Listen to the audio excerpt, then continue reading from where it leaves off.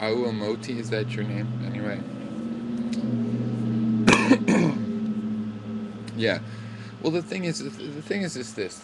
You know, I've seen how standards processes work, and there's lots of new technologies where the standards processes do not involve the government at all. People form organizations, and eventually they try to involve the government, basically to register, like with copyright. And there's various standards organizations, like the government was involved in standardizing ASCII. You could have another kind of thing if you wanted, but ASCII meant a particular thing, and the government finally helped register that more than not so much decide it. The industry really decided it. But for that final stage of registering it, the government also has standards about how to deal with those issues. I mean, it's voluntary whether you use it or not.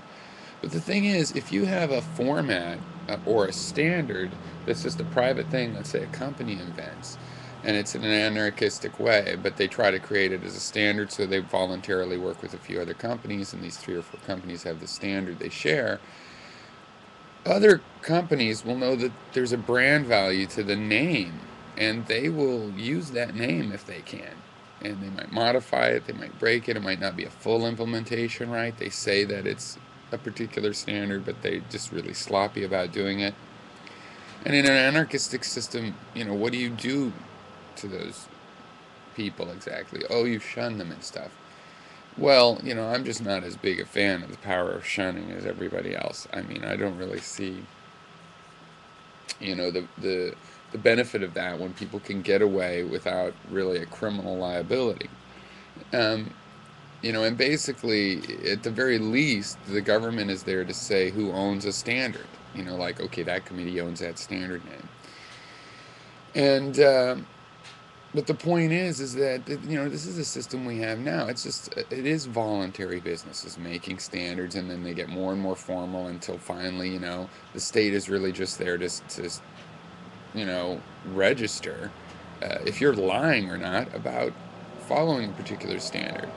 Now, in terms of standards that the government, asserts more, like the standards for building a bridge that cars are supposed to drive across, it, yeah, you can just let people build bridges, and the bad ones will fall down, and then people will get sued if somebody was on the bridge at that time, and then you'll have to decide how good does the bridge have to be in order to not be for the builder not to be sued for the liability. So you have to have the standards. You just wait until after the bridge falls down instead of ahead of time. And how efficient is that? You're going to hold someone liable, then tell them what they have to do to be in the clear, to be good faith engineers that are building a bridge that's really meant to, stand and have people go across it. So that's sort of how I see this. I mean, these organizations are not nearly as huge of an imposition as it seems. I mean, the main argument has become, with the way the system is what is reasonable science about this stuff. That's the issue. Not everything is a matter of opinion. There's physics and real world, factors that can be figured out, and we can engineer about it. And so we're going to social engineer. And part of what we engineer is a space for freedom, for people to have freedom to do what they want, say what they want, read what they want, be innovative, have private property where they have even more freedom than they have, overall. And we're going to engineer a system like that. We're going to build a system like that. We're not just going to let it build itself per se, except for it is building itself. We're a part of it. We're building it. The system is a human system. I mean, it's our system. We are building it. So the system is building itself. We're building our system. So, intentionally. And this is the idea that, well, we should just leave it. No, I mean, you can't prohibit cooperation on large scales. It doesn't work because you have voluntary cooperation and anarchism. And yeah, the Americans will want to cooperate and build a highway system.